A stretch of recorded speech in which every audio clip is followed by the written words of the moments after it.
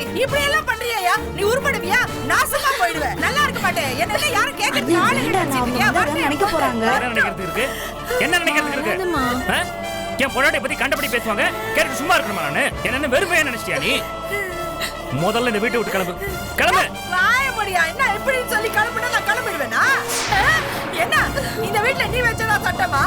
வர்ற என் பொண்ணு நான் அவகிட்ட என்ன பார்க்க வேண்டிய? போ முதல்ல வெளிய. போ. அம்மா. மீனாட்சி பாருமா இவனை. இப்படி எல்லாத்தையும் எடுத்துட்டு வந்து போட்டு என்ன புடிச்சு தள்ளுறா பாரு. என்னன்னா கேக்குறதுக்கு ஆள் இல்லைன்னு நினைச்சுன்னு கிடக்குறானா இவன். என்ன பண்றீங்க தம்பி? உங்க வார்த்தையில தான் மரியாதை இல்லைன்னா நீங்க இப்ப செய்யற செயலையும் மரியாதை போயிடுச்சா? ஏங்க அவங்க பெரியவங்க, அதுக்கு கூட மரியாதை கொடுக்க மாட்டீங்க? யாரு இவங்க? பெரியவங்களா? வாய திறந்தா சாக்கடை.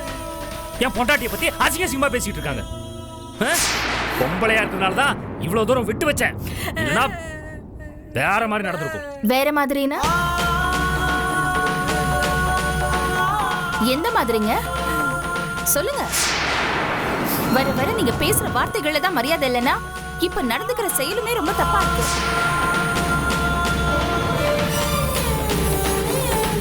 தெரியாம தான் கேக்குறேன். உங்களே சொந்தம் கொண்டாடிட்டு வந்திருக்காரே வளர்மதி வீட்ல இருந்து ஒருத்தர்,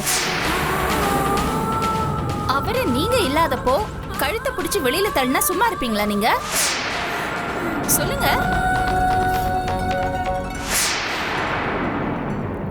இங்க பாருங்க, நடந்த சம்பவத்தப்போ நானும் தான் இருந்தேன். எங்க அம்மா பேசினது தப்புன்னு சொல்லி அவங்கள மன்னிப்பு கேட்க சொல்லியாச்சு. அவ கேட்காம வெளியில போயிட்டா, அதுக்கு நாங்க என்னங்க பண்றது? அவ ஏதோ பேசுறான்னு அதை கேட்டுட்டு இப்படி எல்லாம் பண்ணிட்டு இருக்கீங்க. நல்லாவா இருக்கு? இந்த மாதிரி ஒவ்வொரு வாட்டியும் அவசரப்பட்டு தான் நீங்க வாழ்க்கையே எழுந்துட்டு நிக்கிறீங்க. இழந்த வரைக்கும் போதும். இனிமே இழக்கிறதுக்கு என்கிட்ட எதுவும் இல்ல. மான மரியாதை காப்பாத்திக்க எங்களுக்கு தெரியும். உங்களுக்கு வேணா சூடு சொன்ன வெக்கம் மான ரோஷம் இல்லாம யார வேணா வீட்டுக்கு கூட்டு வந்து கூத்தடிக்கலாம். எனக்கு எந்த அவசியமும் கிடையாது. உங்க புருஷன் வந்தவன பேசி அறுத்து விட சொல்லுங்க. இதோட எல்லாத்தையும் முடிச்சுக்கலாம். உங்க சவகாசமே வேணாம். பாரு ஏதோ அண்ணன் உள்ள போட்டான்ல, நம்ம மறைகிறா பெருசா பேசுறான். சூடு சொரணை இல்லைங்கிறான். இவனுக்கு தான் சூடு சொரணையே கிடையாது. பொண்டாட்டியை வரட்டி அழிச்சு விட்டுட்டு சூடு சொரணையை பத்தி பேசுது பத்தியா இது?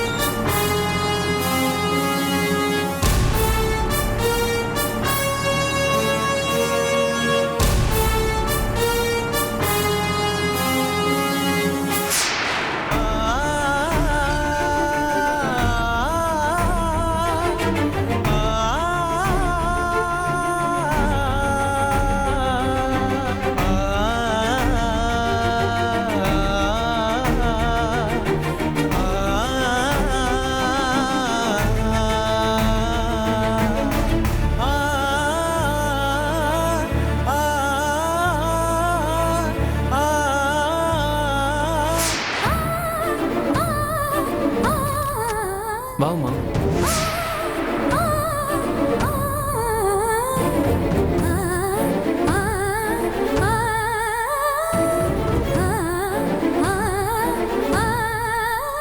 இளங்கோ, ஏண்டா அங்கேயே நின்றுட்டு இருக்க?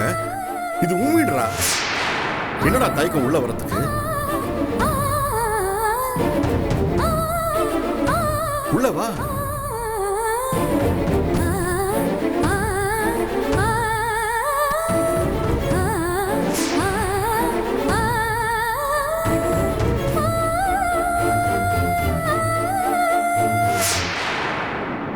அப்பா, பழைய வீட்டுக்கு போயிருந்தேன். அவங்க வீடு மாத்திட்டு இங்க வந்ததா சொன்னாங்க. ஆமாண்டா, அது பாவனோட ஃப்ரெண்டு ஆஷிகாவோட வீடு. எத்தனை நாளைக்கு அங்கேயே இருக்கிறது?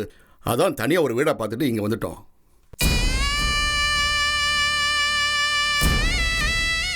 உங்க ரெண்டு பேரையும் பார்க்கும் போது என் மனசு எவ்வளவு நெருடலா இருக்கு தெரியுமா? உங்களை இவ்வளவு அசிங்கப்படுத்தினது, உங்களை கேவலப்படுத்தினது இதெல்லாம் மனசுக்குள்ள நிழல் மாதிரி வந்துட்டு போகுதுப்பா. டேய் இளங்கோ, நீ என்ன பேச்சு பேசிட்டு இருக்க? நீ என் புள்ளடா. வந்து உட்காரு. வா லக்ஷ்மி, சின்ன பொண்ணோட சொல்லி 2 பேருக்கு காஃபி கொண்டு வர சொல்லு. சின்ன பொண்ணு 2 காஃபி கொண்டு வா. எப்படிம்மா இருக்க? நல்லா இருக்கியா?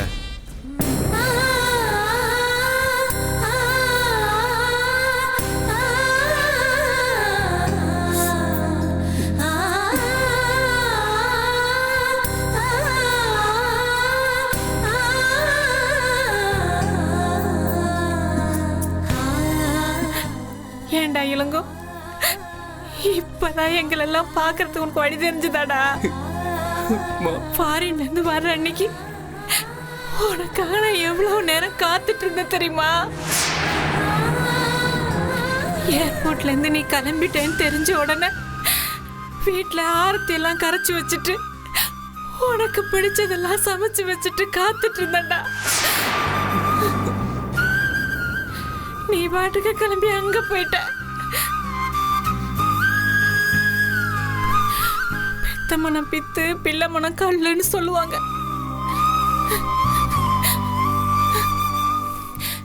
சரி விடு. ஆனா சின்ன வயசுல இருந்து உன்னை கைக்குள்ளேயே வச்சிருந்தேனா, நீ இப்படி திடீர்னு என்னை விட்டு வேலைக்கு போனோன்னு என் மனசு ரொம்ப உடைஞ்சு போச்சுடா.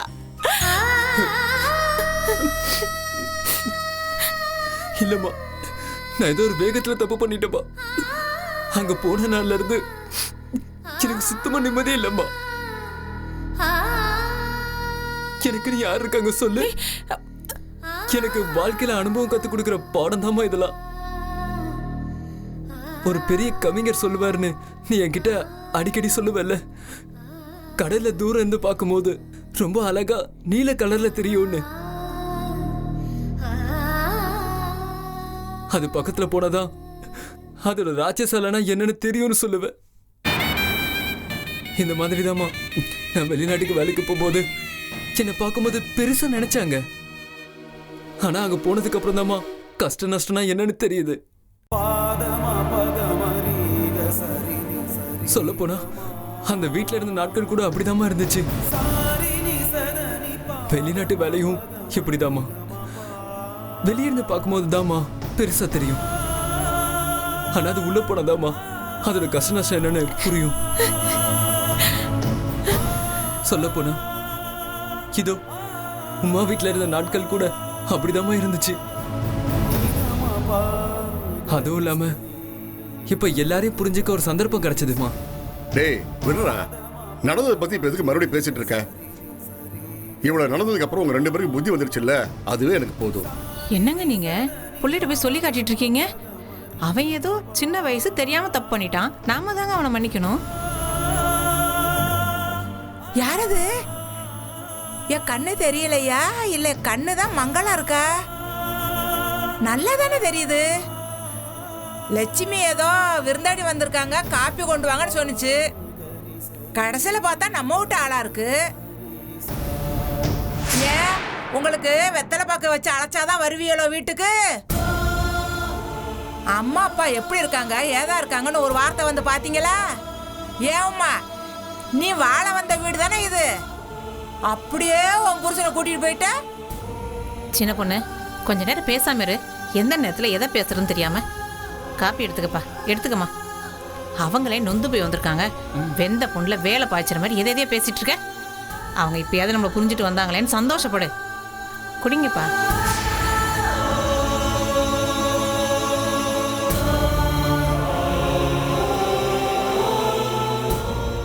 அவங்க குடும்பம் நம்ம நினைக்கிற மாதிரி இல்லப்பா. அவங்க அண்ணி மீனாட்சி அவங்க அம்மா வீட்டோட கொண்டு வந்து வச்சுக்கிட்டாங்க. அவங்க அம்மா வீட்டுல எல்லாரையும் எவ்வளவு கேவலமா பேசுறாங்க தெரியுமா?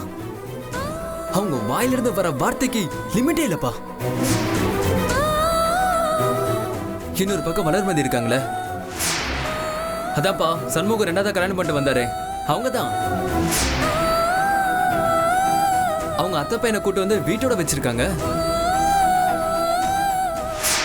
ஆமா அத்தை, எங்க பக்கம் பேச அங்க யாருமே இல்லை.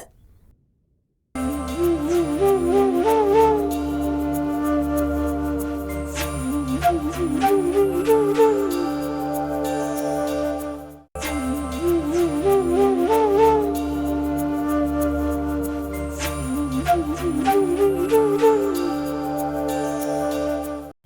பக்கம் பேச அங்க யாருமே இல்ல.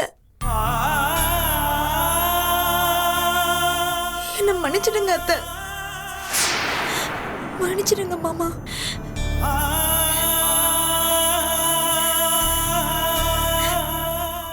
சரவணன் தொழில் தொடங்க அவர் சார்பா பங்கு கேட்க எல்லாத்துக்கும் அவங்க மாமனார் மாமியார் சப்போர்ட்டா இருக்காங்க. அதே மாதிரி சண்முக அண்ணனுக்கும் அவங்க சைட்ல இருந்து சப்போர்ட் பண்றதுக்கு ஆள் இருக்காங்க. ஆனா ஏமா உமா, நீ எங்களை மாமனார் மாமியார் மாதிரி நினைக்காம ஒரு அம்மா அப்பா மாதிரி நினைச்சிருந்தா நாங்களும் உங்களை சப்போர்ட் பண்ணிருப்போம். ஆனா நீ எங்களை ஒரு ஆளாவே மதிக்கலையே. இல்ல மாமா, பானு அண்ணி ரொம்ப திட்டினாங்களா?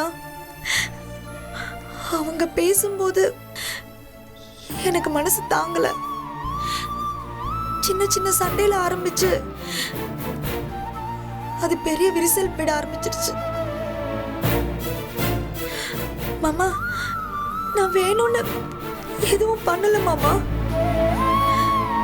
உங்களெல்லாம் நான் மனசால வெறுக்கல. இத பாரு உமா, பானு எப்போதும் சண்டை போடுற ஆளே கிடையாது. ஆனா அதே நேரத்தில் உண்மை நியாயத்தை பத்தி எடுத்து சொல்லுவா. சரி, நடந்ததை பத்தி பேச வேண்டாம். இனி நடக்க போறது நல்லதாவே நடக்கும். இளங்கோ, உங்களோட ஃப்ளைட் டிக்கெட் காசு கமிஷன் எல்லாமே அந்த ஏஜென்ட் கிட்ட கொடுத்துட்டேன். சரியா? சின்ன பொண்ணு, சொல்லுங்க. பெட்டி படிக்கலாம் எடுத்துக்கிட்டு உமா இளங்கோ மாடி ரூம் கூட்டிட்டு போ. சரி.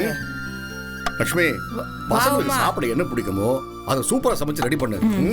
உமாவா, வாடா. வா உமா. என்னடா என்ன பார்த்துட்டு இருக்க?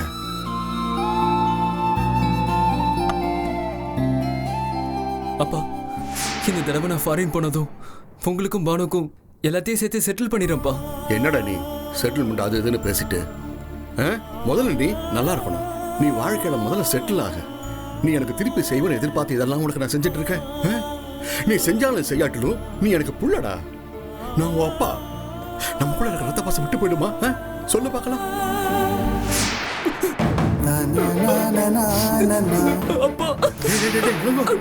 சரிடா, அழாதடா. அழாத இளங்கோ. என்னடா கமானே சே. அழாத அழாத அழாத இளங்கோ. இளங்கோ இளங்கோ. சரி சரி சரி சரி, இங்க பாரு இங்க பாரு இங்க பாரு. அழாத, மனசை போட்டு குழப்பிக்காத. சரியா? என் பையன்டா நீ. உனக்கு சேவை நான் வேற யாருக்கு நான் செய்ய போறேன்? நிம்மதியா போ. எல்லாத்தையும் நான் பாத்துக்கிறேன். அப்ப நான் பாத்துக்கிறேன்.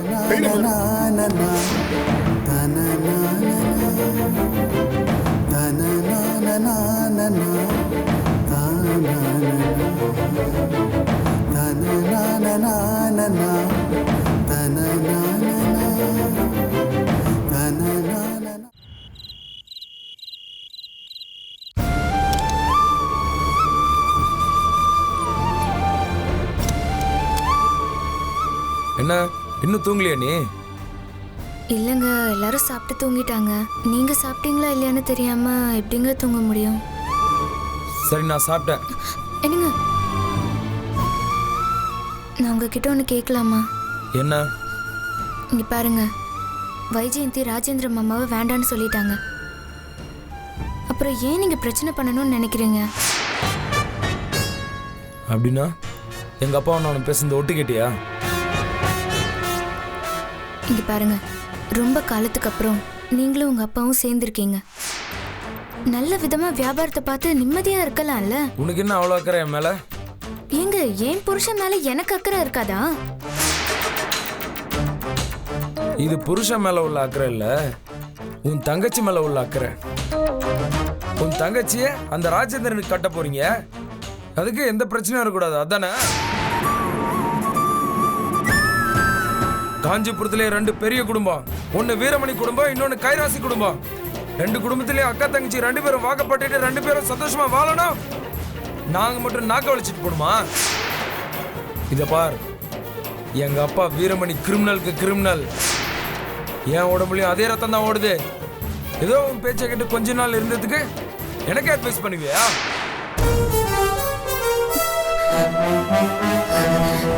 அப்புறம் இன்னொரு விஷயம், இங்க நடக்கிறது ஏதாவது உன் அக்கா மீனாட்சிக்கு தெரிஞ்சது, உன்னை கொலை பண்ண கூட தயங்க மாட்டேன்.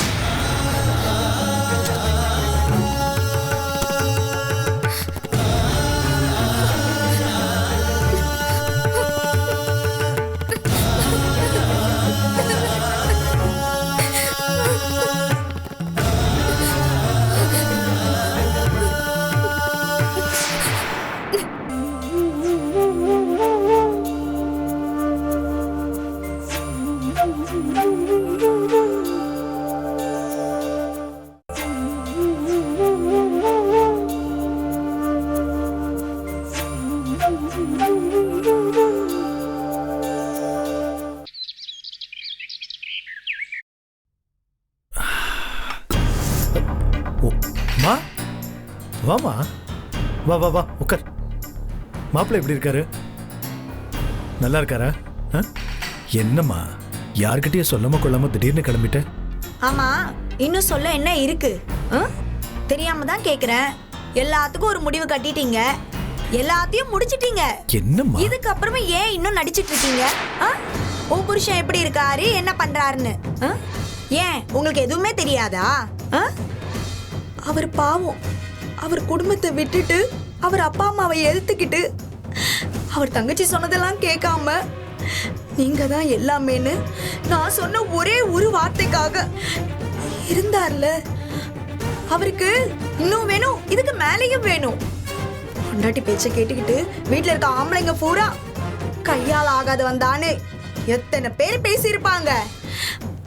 ஆனா நான் சொன்னேன், என் வீட்டுல அப்படி இல்லைங்க, என் அண்ணன் அப்படி இல்ல, எனக்காக என்ன வேணாலும் செய்வாங்க, எது வேணாலும் செய்வாங்கன்னு உங்களெல்லாம் பத்தி ரொம்ப பெருமையா சொன்னேன். சரிம்மா. ஆனா சொன்னதுக்கு எனக்கு ரொம்ப பெரிய பரிசா கொடுத்துட்டீங்க. எல்லாரும் சேர்ந்து கடை வச்சு தரேன்னு ஏமாத்திட்டீங்கல்ல.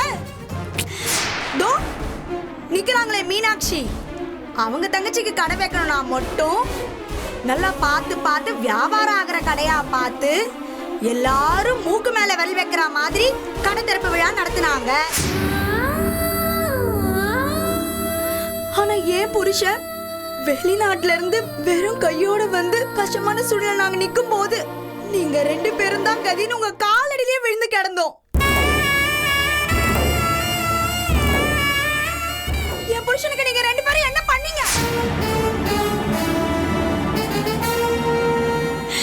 ஒண்ணுமே பண்ணலையே. நீங்களா இவ்ளோ சுயநலமான ஆளுங்கன்னு நினைச்சு கூட பார்க்கல. இல்ல உமா, நான் நம்பின பாருங்க உங்க எல்லாரையும். என்ன சொல்லணும்? ஆரம்பத்திலேயே சொன்னாங்க, பொண்ணுக்கு கல்யாணம் ஆகி மாமியார் வீட்டுல இருந்தாதான் அவளுக்கு மரியாதைன்னு. என் பிறந்த வீட்டு மேல நான் ரொம்ப நம்பிக்கை வச்சிருந்தேன். எனக்கு இதுவும் வேணும், இதுக்கு மேலேயும் வேணும். எல்லாரும் சேர்ந்து எனக்கு ரொம்ப பெரிய நன்றி கடன் தான் காட்டிட்டீங்க. உமா, என்ன உமா, என்ன நடந்து போச்சுன்னு இப்படி எல்லாம் பண்ற? இவ்வளவு நாள் அமைதியா இருந்தல, இன்னும் கொஞ்சம் பொறுத்திருந்தா கடை வச்சு கொடுத்துருப்போம்ல. ஏமா, உனக்கு நம்ம வீட்டு சூழ்நிலைலாம் தெரியும்ல. கடை வைக்கலான்னு முடிவு பண்ணி லீஸ்க்கு கடையெல்லாம் பார்த்து அட்வான்ஸ் கொடுக்கலாம்னு நினைச்சோம். திடீர்னு அம்மா இறந்துட்டாங்க. அம்மா இறந்து போனதுக்கு அப்புறம் சண்முகத்தை அரெஸ்ட் பண்ணிட்டாங்க, தெரியும்ல. அதுக்கு வேண்டி நான் எவ்வளவு அலைஞ்சேங்கிறது உனக்கு தெரியும்ல. ஒவ்வொரு நாளும் எனக்கு எவ்வளவு பிரச்சனை வந்துகிட்டு இருக்கு தெரியுமா உனக்கு? என்ன பிரச்சனை வந்தாலும் நான் சமாளிச்சுட்டு தானே இருக்கேன். இத பாரு உமா, உங்களுக்கு ஏதாவது பண்ணி ஆகணும்னு நினைக்கும் போது. ஆமாங்க, நீங்க பண்ணுவீங்கன்னு 2-3 வருஷம் காத்துட்டு இருப்பாங்க இல்ல? ஆமா, கேக்குறேன். பிரச்சனைன்னு சொல்றீங்க, ஆனா உங்க விஷயத்துல நீங்க கரெக்டா தானே இருக்கீங்க.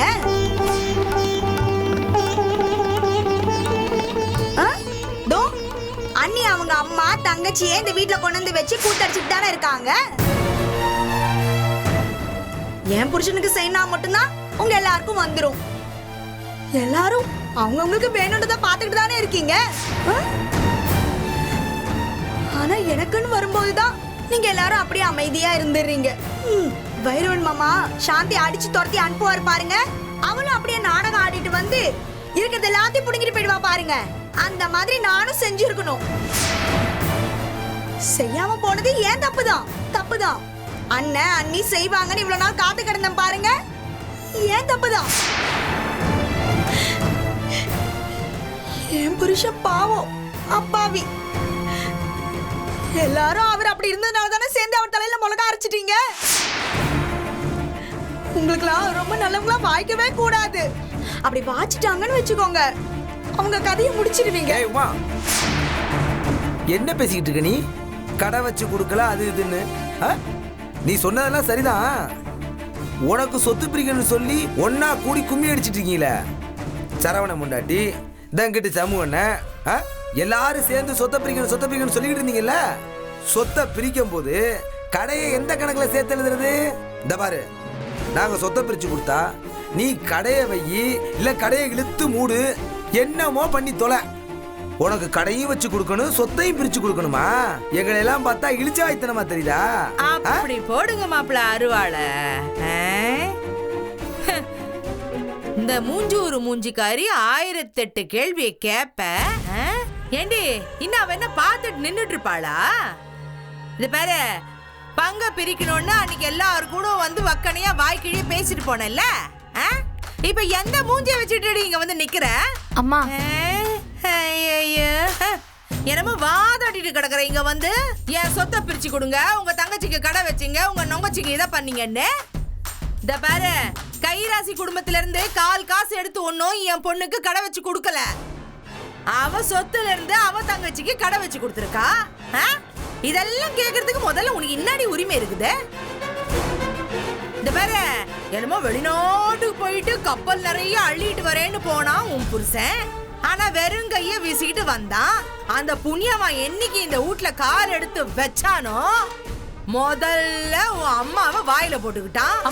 அடுத்து ரெண்டாவது உன் அண்ணன் சண்முகத்தை ஜெயிலுக்கு அனுப்பிச்சான். ஒவ்வொருத்தரா நாசம் பண்ணிக்கிட்டு இருக்கிறானே. ஏமா அவர் ராசியோ என்னமாமா? நான் என்ன பண்றது? மாப்பிள்ளை நீங்க ஒரு தப்பா எடுத்துக்காதீங்க நான் இப்படி பேசுறேன்னு. இதுக்கு ஏத்த மாதிரி தான் அவன் மூஞ்சியும் முகர கட்டியும் விளங்குது. ஏ, என்னைக்காவது ஒரு நாளைக்காவது சிரிச்ச மாதிரி இருந்திருக்கான் நடியவன். என்னமோ அவ வீட்டு சொத்தை தூக்கி இங்க குடுத்துட்டா மாதிரி இல்ல மூஞ்சி மூணு வச்சுட்டு கிடக்குறான். போட்டோம், வெளிநாட்டுக்கு போட்டோம், இந்த தடவையாவது பிளேன்ல அள்ளிக்கிட்டு வரானான்னு பாப்போம். இங்க பாருங்க, ஏன் புருஷனை பத்தி பேச நீங்க யாரு? உங்களுக்கு எந்த அருகதையும் கிடையாது. அவர் என்ன பண்ணாரு உங்களை? இது எங்க அண்ணா அண்ணிக்கிட்ட நான் என் சொத்தை பத்தி பேச வந்திருக்கேன். உங்களுக்கு குறுக்க பேச எந்த உரிமையும் கிடையாது. சோ வாயை மூடிட்டு இருங்க.